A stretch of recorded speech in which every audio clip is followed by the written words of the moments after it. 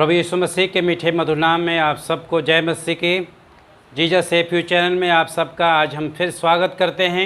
आज की आराधना में आप सबका स्वागत करते हैं। संडे की आराधना में आइए हम सब अपनी आंखें बंद करेंगे और अपने सरों को झुकाएंगे और कुछ समय हम परमेश्वर का धन्यवाद करेंगे, परमेश्वर की आराधना करेंगे। जिसने हमें बनाया है वो चाहता है कि हम उसकी आराधना आत्मा और सच्चाई से करें। आइए हम प्रार्थना करेंगे। धन्यवाद धन्यवाद धन्यवाद राजाओं के राजा, प्रभुओं के प्रभु यीशु मसीह, हम आपका धन्यवाद देते हैं पिता परमेश्वर। आज के दिन के लिए धन्यवाद देते हैं कि प्रभु परमेश्वर पिछले बीते दिनों से आपने हम सबको संभाला है। इसके लिए आपका हृदय से धन्यवाद देते हैं।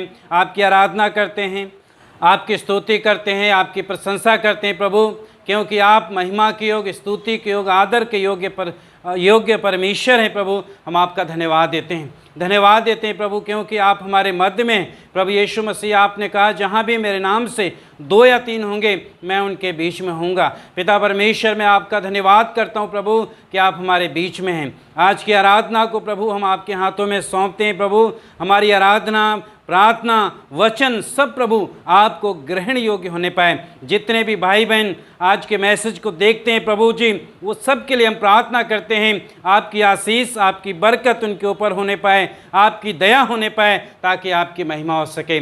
धन्यवाद पिता परमेश्वर, हालेलुया प्रभु। हम आपकी आराधना करते हैं, आपकी स्तुति करते हैं, आपकी प्रशंसा करते हैं प्रभु, क्योंकि आप ही हमारे अच्छे परमेश्वर हैं, आप जीवित परमेश्वर हैं प्रभु। हम आपका धन्यवाद। यीशु मसीह, तेरे जैसा है कोई नहीं, तेरे चरणों में झुके आसमां और महिमा गाएं सभी।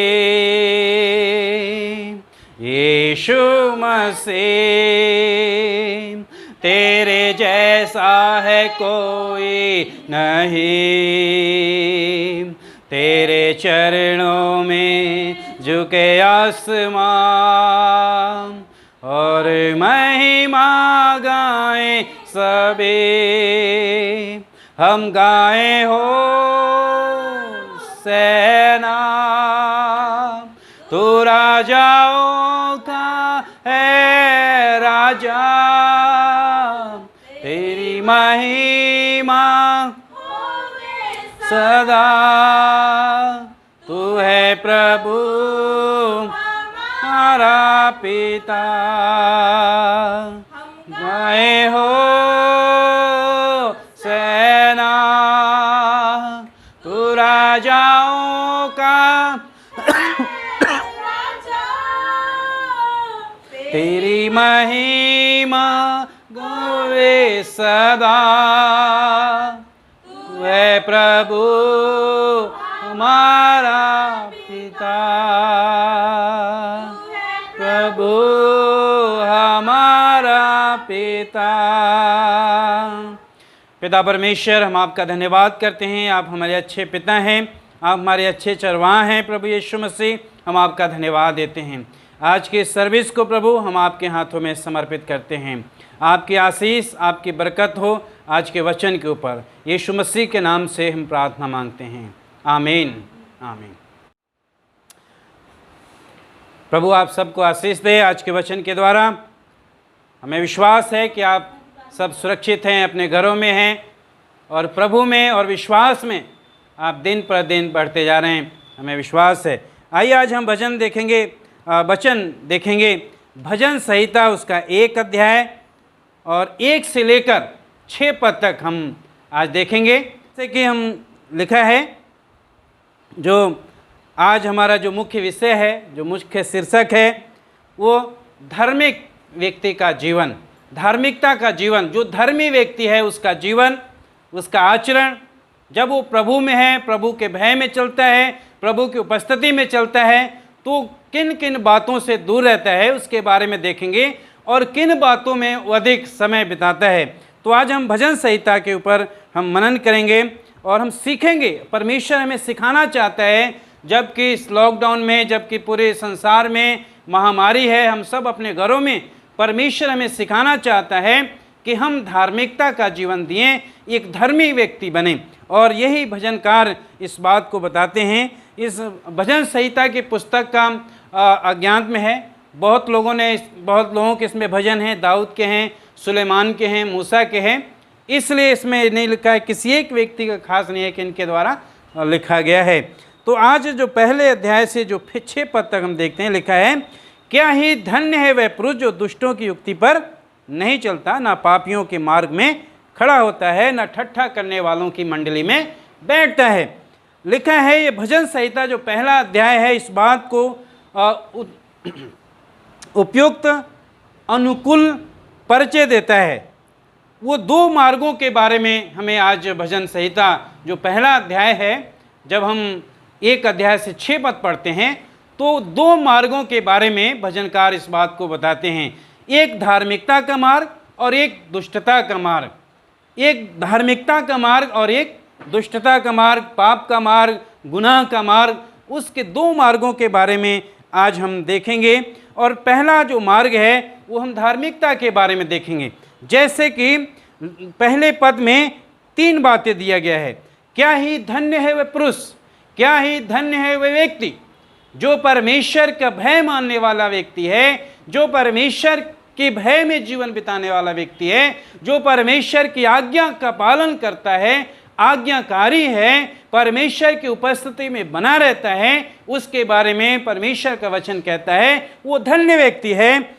वो ना तो दुष्टों की युक्ति पर चलता है, वो नहीं चलता।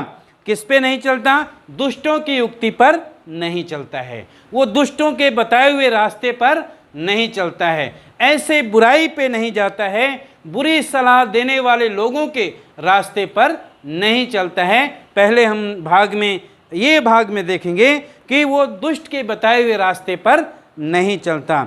जो लोग परमेश्वर की आज्ञा को तोड़ देते हैं, आज्ञा का पालन नहीं करते हैं, परमेश्वर के वचन के अनुसार जीवन नहीं बिताते हैं, उनकी वो सलाह पर नहीं चलता। जो बुरी सलाह देते हैं, बुरी बातों में अगुवाई करते हैं, उनके मार्ग, उनके बताए हुए रास्ते पर वो नहीं चलता है। और फिर लिखा है, दूसरी बात है, पहले पद के पहले दूसरे भाग बी में लिखा है, वो खड़ा नहीं होता, वो उन लोगों के बीच में, पापियों के मार्ग में खड़ा नहीं होता है। जैसे भजनकार कहते हैं, वो ना पापियों के मार्ग में खड़ा होता है, खड़ा नहीं होता, वो पापियों के मार्ग में, उस नरक के रास्ते पे नहीं चलता है, वो नरक के रास्ते पे नहीं चलता और ना उनके मार्गों में चलता है जो विनाश है, जो विनाश से भरा हुआ है, जो पाप से भरे हुए हैं, जहाँ पाप की बातें होती हैं, जो पाप ही उनके जीवन में है, गुनाह की बातें होती हैं, बुराइयों की बातें होती हैं,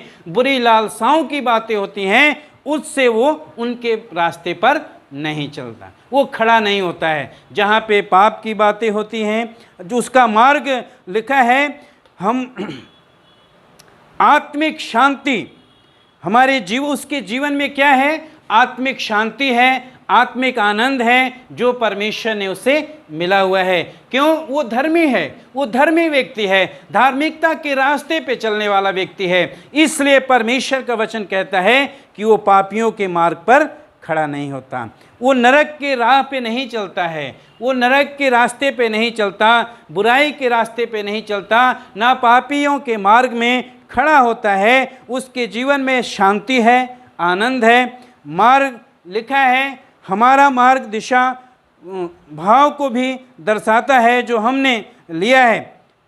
जीवन के प्रति हमारा दृष्टिकोण क्या है?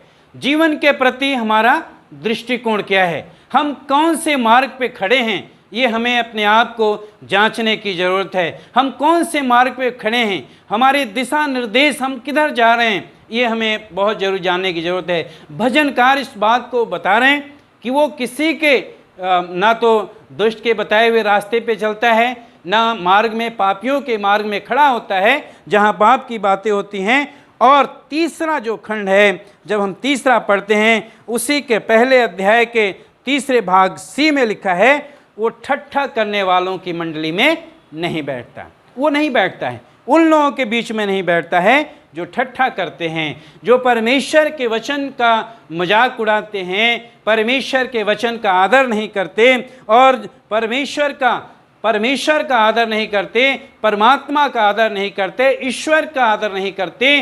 वो ठट्ठा में उड़ाते हैं, वो एक दूसरे का मजाक उड़ाते हैं, एक दूसरे की खिंचाई करते हैं। उन लोगों के बीच में वो नहीं बैठता है, उन लोगों के बीच में नहीं बैठता है। वो परमेश्वर के वचन को अविष्कार कर देते हैं। जैसे कि हम नीति वचन जब हम पढ़ते हैं, उसका 1 अध्याय उसके 22 पद में लिखा है, हे ठट्ठा करने वालों, कब तक ठट्ठा करते रहोगे? हे ठट्ठा करने वाले, कब तक ठट्ठा करते रहोगे? हम पढ़ देंगे नीति वचन उसका 1 अध्याय उसके 22 पद में लिखा है, हे भोले लोगों, तुम कब तक भोलेपन से प्रीति रखोगे? हे ठट्ठा करने वालों, तुम कब तक ठट्ठा करने से प्रसन्न रहोगे? हे मूर्खों, तुम कब तक ज्ञान से बैर रखोगे? परमेश्वर का वचन इस बात को बताता है, साफ साफ बताता है कि वो मूर्ख लोग हैं जो परमेश्वर का और जो एक दूसरे का ठट्ठा उड़ाते हैं, मजाक उड़ाते हैं। उनके लिए परमेश्वर कहता है, कब तक ऐसा तुम करोगे? हमारा जीवन प्रियो बदलना चाहिए। हमें परमेश्वर इस 3 बातों वो से कहता है कि वो 3 बातें से दूर रहता है। जो व्यक्ति धर्मी है, जो परमेश्वर के भय में चलता है, परमेश्वर की उपस्थिति में चलता है, परमेश्वर की आज्ञा का पालन करता है, 3 बातों से वो दूर रहता है जो मैंने बताया। वो ना पापियों के मार्ग में चलता है, ना दुष्ट के बताए हुए रास्ते पे चलता है, ना पापियों के मार्ग में खड़ा होता है और ना ठट्ठा करने वालों की बैठक में बैठता है। धर्मी व्यक्ति क्या करता है हम देखेंगे। धर्मी व्यक्ति क्या करता है, 1 से 3 पद तक का जो है उसका यह खंड का जो है धर्मी व्यक्ति क्या करता है। 2 पद में लिखा है, वो क्या करता है, 2 पद में लिखा है, परंतु वह तो यहोवा की व्यवस्था से प्रसन्न रहता और उसकी व्यवस्था पर रात दिन मनन करता है। वो व्यक्ति क्या करता है, परमेश्वर की व्यवस्था पर दिन और रात क्या करता है, मनन करता है, परमेश्वर की व्यवस्था से प्रसन्न है। जो धर्मी व्यक्ति है, जो पवित्रता का जीवन जी रहा है, जो परमेश्वर के मार्ग पे चल रहा है, परमेश्वर के बताए हुए रास्ते पे चलता है, और वो व्यक्ति कैसा है, धन्य है। जो दुष्ट के मार्ग पे नहीं चलता, क्योंकि प्रभु यीशु मसीह ने मार्ग के बारे में साफ बहुत अच्छे शब्दों में कहा। जब हम मत्ती रचित सुसमाचार उसका 7 अध्याय और 13 और 14 पद में पढ़ते हैं, तो यीशु मसीह ने कहा, सकरे मार्ग और कठिन मार्ग पे चलना थोड़ा कठिन है, लेकिन वो हमें जीवन को लेके जाता है, लेकिन चौड़े मार्ग पे चलना वो विनाश है। तो यीशु मसीह ने कहा हमें उस मार्ग पे चलना है जो सकरा है, जो प्रभु का मार्ग है, जो सत्य है, जो विश्वास पे है, जो धार्मिकता का है, हमें उस पे चलना है, वचन पे चलना है, परमेश्वर के भय में होकर जीवन बिताना है और उसकी उपस्थिति में चलना है। दूसरे पद में कहते हैं वो परमेश्वर की व्यवस्था से आनंदित रहता है। परमेश्वर की व्यवस्था से, परमेश्वर के वचन में वो खुश रहता है। वो दिन रात इधर उधर की बातों पे मन नहीं लगाता, वो परमेश्वर के साथ समय बिताता है, परमेश्वर से बातों को सुनता है, परमेश्वर की आवाज़ को सुनता है, परमेश्वर के वचन पे मनन करता है, वो परमेश्वर के वचन में आनंदित रहता है। लिखा है ऐसा करना चाहता है कि जो व्यवस्था परमेश्वर की दृष्टिकोण में फल है, इसलिए वचन का वो मनन करता है, परमेश्वर के वचन पे चलता है। और लिखा है परमेश्वर के में निर्दोष पालन करता है। जो परमेश्वर के निर्देश हैं उनका पालन करता है, परमेश्वर के निर्देशों का पालन करता है, व्यवस्था पे रहता है, आज्ञाकारी रहता है, परमेश्वर के भय में चलता है, परमेश्वर की उपस्थिति में चलता है, और उसका जीवन जो है बस इसी में है कि दिन और रात प्रभु के वचन में मनन करता है। दिन और रात प्रभु पर बयान क्या करता रहता है, ध्यान करना। एक होता है पढ़ना, पढ़ दिया रख दिया, ध्यान करना दूसरी बात है ध्यान करना। जब हम ध्यान करते हैं, ध्यान मनन करते हैं, प्रभु के साथ समय बिताते हैं, हम परमेश्वर की और उपस्थिति में जाते हैं, हम अपने ध्यान को वचन की ओर, परमेश्वर की ओर केंद्रित करते हैं, तो परमेश्वर हमसे बातचीत करते हैं। और भजनकार इस बात को बताता है, जो व्यक्ति धर्मी है, जो व्यक्ति धार्मिकता का जीवन जीता है, पवित्रता का जीवन जीता है, वो परमेश्वर की व्यवस्था में आनंदित रहता है, परमेश्वर की व्यवस्था में खुश है, मगन है, दिन और रात उसमें लगा रहता है, ढूंढता रहता है, परमेश्वर के वचन में बढ़ता है, पर निरंतर, ऐसा नहीं कि एक बार दो बार नहीं, निरंतर वो दिन और रात का मतलब है निरंतर उसमें लगा रहता है, मनन करता रहता है। जैसे एक जानवर जब चारा खा लेता है तो पूरी रात ग्वाली करता है, वैसे जब वो वचन पढ़ता है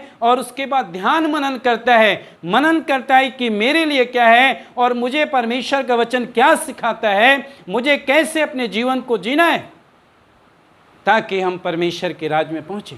और प्रियो, परमेश्वर चाहता है कि हम धार्मिकता का जीवन जिएं, हम धर्मी बने, धार्मिकता का रास्ते पे चलें, धार्मिकता के रास्ते पे चलें। और लिखा है 3 पद में, जब हम पढ़ते हैं 3 पद लिखा है, वह उस वृक्ष के समान है जो बहती नाली के किनारे लगाया गया है, अपनी ऋतु में फलता है, जिसके पत्ते कभी मुरझाते नहीं, इसलिए जो कुछ वह पुरुष करता है वो सफल होता है। 3 पद बहुत ही स्पष्ट तरीके से बताते हैं कि उसके पत्ते कभी मुरझाते नहीं। लिखा है वह उस वृक्ष के समान है जो बहती नाली के किनारे लगाया गया है, जो नहर के किनारे लगाया गया है, जो नहर के किनारे लगाया गया है, उसे नहरों के द्वारा सींचा जाता है, उसे हमेशा पानी मिलता रहता है, हमेशा हरियाली मिलती रहती है, हमेशा उसे जीवन में आशीष मिलती है। परमेश्वर का दी हमारे अंदर वचन है, परमेश्वर के साथ हम समय बिता रहे हैं, तो हमारा भी जीवन वैसी होगा। प्रभु यीशु मसीह ने कहा, जीवन का जल मैं हूँ, जीवन की रोटी मैं हूँ।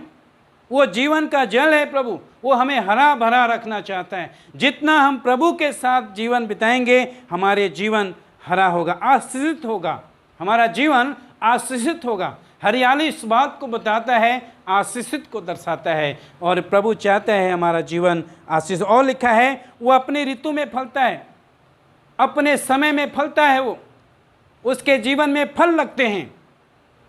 और फल के बारे में यदि हम देखेंगे, गलातियों की पुस्तक उसका 5 अध्याय 23 पद में लिखा है, पवित्र आत्मा के 9 फल, आत्मा के 9 फल लिखा है। वो आत्मा में उसके अंदर फल लगते हैं, फल से भरा रहता है। प्रियो, परमेश्वर चाहते हैं कि हमारे जीवन में भी धार्मिकता के फल लगें, धार्मिकता के फल लगें। परमेश्वर के लोग जो परमेश्वर के वचन के अनुसार जीवन बिताते हैं, परमेश्वर उनसे प्रसन्न होता है। जब हम परमेश्वर के वचन के अनुसार अपने जीवन को बिताएंगे, तो परमेश्वर हमारे जीवन को क्या करेगा? आशीषित करेगा। हमारा जीवन हमेशा हरा भरा होगा, हमारा जीवन आशीष में होगा। परिवार के लिए, समाज के लिए, कलीसिया के लिए, हर एक विश्वासी के लिए परमेश्वर का जीवन, हमारे जीवन से आशीष पाएंगे और हमारे जीवन में फल लगेंगे, अच्छे फल लगेंगे। जैसे मैंने पहले बताया कि परमेश्वर 2 मार्ग हमारे सामने रखता है, एक धार्मिकता का मार्ग है और एक बुराई का मार्ग है। चुनाव हमें करना है। यदि हम धार्मिकता के मार्ग में चलेंगे तो हमारे अंदर धार्मिकता के फल लगेंगे। हम ऐसी संगति से, ऐसे लोगों से दूर रहेंगे जो हमेशा बुरी सलाह देते हैं, जो हमेशा पाप की बातें करते हैं, हमेशा आज्ञा को तोड़ने वाले लोग हैं, अनाज्ञाकारिता वाले लोग हैं, जो परमेश्वर का और बहुत सारी बातों का, बुरी बुरी बातें उनके जीवन में हैं, और माँ बाप की आज्ञा को तोड़ने वाले लोग हैं। प्रभु ऐसे लोगों से कहता है दूर रहे। तीसरी बात उसमें लिखा है, उसके पत्ते कभी मुरझाते नहीं। 3 पद में, उसके पत्ते कभी मुरझाते नहीं, हमेशा हरा भरा रहता है। निराशा में भी, यदि परीक्षा भी उसके जीवन में आती है, परीक्षाएं आती हैं, प्रलोभन आते हैं, लेकिन वो हमेशा हरा भरा रहता है, प्रभु के साथ समय बिताता है, प्रभु की उपस्थिति में रहता है और प्रभु के वचन में दिन और रात मनन करता है। इसलिए लिखा है उसके पत्ते कभी मुरझाते नहीं, उसके पत्ते कभी मुरझाते नहीं हैं। वो जीवन उसका आशीषित है। प्रियो, हमारे जीवन में चाहे परीक्षाएं आए, चाहे प्रलोभन कैसा भी क्यों ना आए, शैतान लेकर आए, लेकिन हम प्रभु के लोग हैं, मसीह लोग हैं, विश्वासी लोग हैं, हमें हमेशा उसका सामना करना है सामर्थ्य के साथ। चुनौतियां कैसी भी आएं, लेकिन हमें प्रभु के साथ समय बिताने की जरूरत है। और लिखा है, परमेश्वर ने यहोशू से इस बात को कहा, 2 अध्याय उसके 8 पद में, व्यवस्था की पुस्तक तेरे चित्त से कभी उतरने ना पाए। दिन रात इस पे मनन करना, इसके अनुसार अपने जीवन को बिताना, इसके अनुसार चलने की चौकसी करना, और तू अपने कार्य में सफल होगा, तू प्रभावशाली होगा। और यहाँ परमेश्वर यही आज हमें बताना चाहते हैं कि हम जब प्रभु के लोग हैं, हम परमेश्वर के लोग हैं, तो धर्मी व्यक्ति क्या करता है? धर्मी व्यक्ति परमेश्वर के साथ समय बिताता है, परमेश्वर के साथ चलता है, और उसका जीवन हरियाली से, आनंद से, आशीषों से, शांति से, प्रेम से, धीरज से, कृपा से, भलाई से भरा होता है, और दूसरे के लिए भी आशीष का कारण बनता है। 4 पद में लिखा है, वो सब कार्यों में सफल होता है। हालेलुया। वो हर सब कार्यों में, जिस कार्यों में वो कार्य हाथ लगाता है, वो कार्य सफल होता है। जिसके लिए प्रार्थना करता है, उसके ऊपर परमेश्वर की आशीष आती है, उसके कार्य सफल होते हैं। क्यों? क्योंकि वो परमेश्वर के साथ समय बिताता है, परमेश्वर की उपस्थिति में रहता है, परमेश्वर के वचन पे दिन और रात मनन करता है, परमेश्वर के वचन के अनुसार चलता है, इसलिए वो उसका जीवन आशीष में है। यिर्मयाह उसका 2 अध्याय, और उससे पहले कि यिर्मयाह में जाएं, हम भजन संहिता पढ़ेंगे। भजन संहिता उसका 92 अध्याय और उसका 13 और 12 और 13 पद में पढ़ूंगा। लिखा है, धर्मी व्यक्ति के बारे में लिखा है, धर्मी लोग खजूर के समान फूले फलेंगे और लबलेन के देवदार के समान बढ़ते रहेंगे। वे यहोवा के भवन में रोपे जाएंगे और हमारे परमेश्वर के आंगनों में फूले फलेंगे। हालेलुया।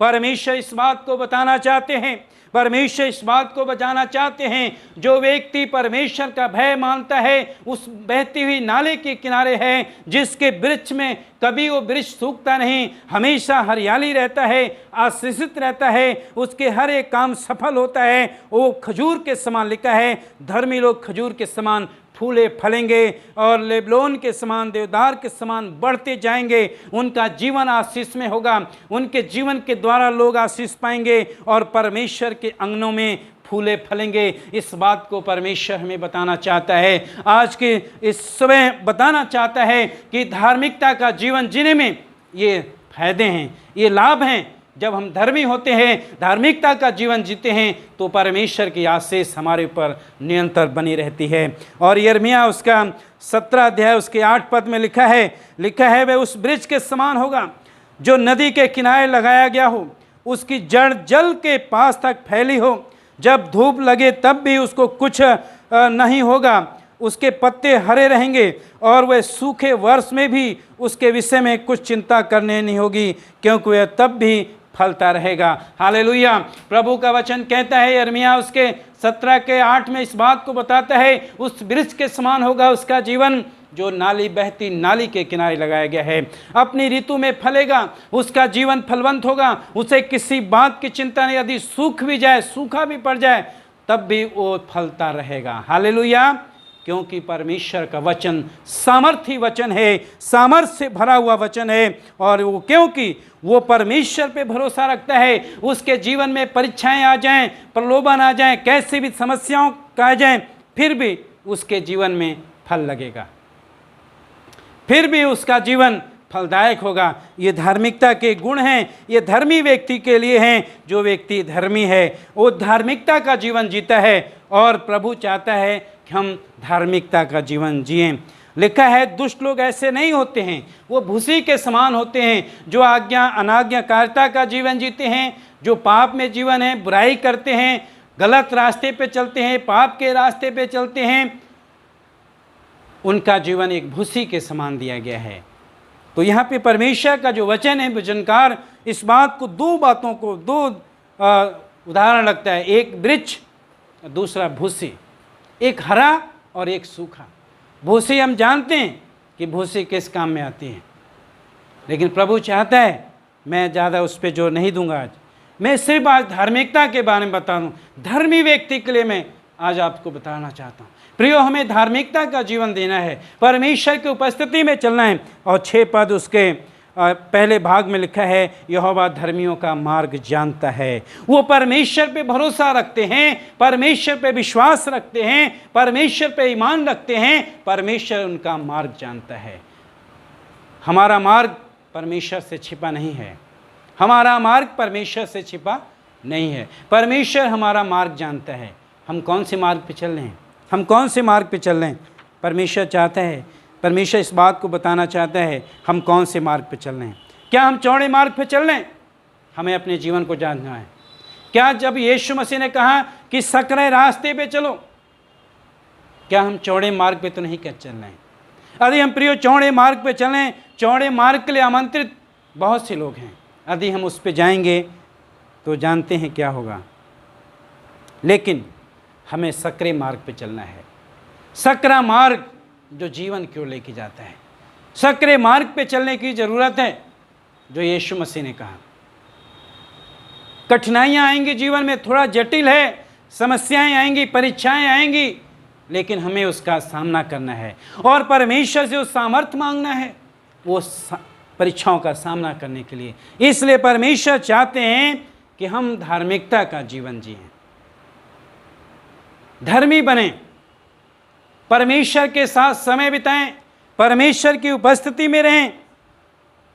ये समय है प्रियो कि हम अपने जीवन को जांचें। लागूकरण में देखेंगे, क्या हम धार्मिकता के मार्ग पे चलते हैं? पहली बात, क्या हम धार्मिकता के मार्ग पे चल रहे हैं? हमें अपने आप को जांचने की जरूरत है। हम किसके साथ चलते हैं? हम किसके साथ चल रहे हैं? संसार के साथ, ऐसे लोगों के साथ जो बुरा सलाह देते हैं, बुरी सलाह देते हैं, गलत रास्ते में अगुवाई करते हैं, या परमेश्वर के साथ चल रहे हैं? प्रियो, हमें अपने आप को जांचना चाहिए। हमारी आदत क्या है? हमारी आदत कैसी है? जांचने की जरूरत है हमें। हम किसके साथ खड़े हैं? हम किसके साथ खड़े हैं? हम कैसी दशा में हैं? हम किसके साथ खड़े हैं? क्या हम प्रभु के साथ खड़े हैं? क्या प्रभु हमारे साथ खड़ा है?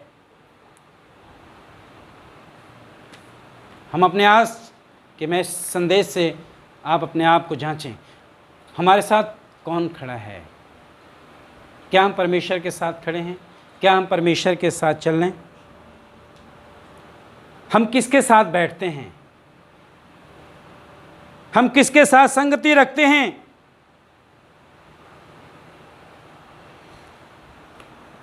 धार्मिकता का मार्ग फायदेमंद है, जीवनदायक है, शांतिदायक है, आनंददायक है, बड़ा सुकून है, फलवंत जीवन है, आशीषित जीवन है धर्मी व्यक्ति के लिए। परमेश्वर चाहता है धार्मिकता का जीवन जिए। प्रियो, आज हमें जांचने की जरूरत है, हम किसके साथ बैठते हैं, हम किसके साथ संगति रखते हैं, किसके साथ खड़े हैं। क्या प्रभु हमारे साथ है? हम किसके साथ चल रहे हैं? क्या हम धार्मिकता के मार्ग पे चल रहे हैं? आज हमें और आपको जांचने की जरूरत है। हम कहाँ पे हैं? किस जगह पे खड़े हैं? हम किस दशा में हैं? हमारी आदत क्या है? क्या हम उनकी सलाह सुनते हैं, उनकी बात सुनते हैं जो परमेश्वर से, परमेश्वर के वचन से हमें दूर लेके जाते हैं? हम बुराई के रास्ते पे चल रहे हैं? प्रियो, प्रभु चाहता है आज हम फिरें, हम पश्चाताप करें, प्रभु यीशु मसीह पे विश्वास करें। धार्मिकता हमें प्रभु यीशु मसीह से मिली है, वो हमें धर्मी बनाना चाहता है और चाहता है धार्मिकता के फल हमारे अंदर दिखाई दें, हमारे अंदर गुण दें। जो भजनकार इस बात को बताता है, 3 बातें वो नहीं करता है, 3 बातों से दूर रहता है और व्यवस्था में मनन करता है, परमेश्वर के साथ समय बिताता है। प्रभु चाहता है हम भी प्रभु के साथ समय बिताएं। आज जरूर अपने जीवन को जांचें, कहीं हम चौड़े मार्ग पे तो नहीं चल रहे। जांचें अपने आप को। आइए हम अपनी आंखें बंद करेंगे और प्रार्थना करेंगे। पिता परमेश्वर, आपके वेदी के पास आते हैं और हम आपसे विनती प्रार्थना करते हैं, खुदावंद यीशु मसीह, सच में प्रभु हम अपने आप को आज के वचन के अनुसार अपने आप के सन्मुख रखते हैं। हम किस मार्ग पे चल रहे हैं प्रभु, ये हमें जांचने की ज़रूरत है। क्या हम धार्मिकता के मार्ग पे चल रहे हैं, प्रभु के साथ चल रहे हैं, प्रभु के साथ संगति बिता रहे हैं, प्रभु के साथ हमारा उठना बैठना है। प्रभु हर एक आज के मैसेज को जो देखता है वो अपने जीवन को जांचें और हर एक के ऊपर आपकी आशीष हो। और हम आपसे प्रार्थना करते हैं हर एक विश्वासी भाई बहन के जीवन में आपकी सुरक्षा, आपकी दया और आपका अनुग्रह उनके ऊपर हो।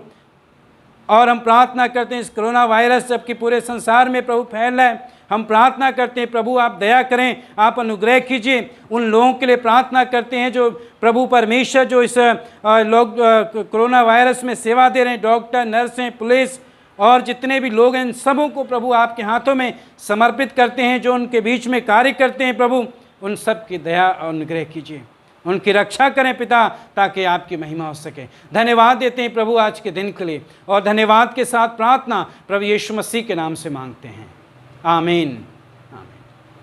प्रभु आप सबको आशीष दे। जय मसीह की।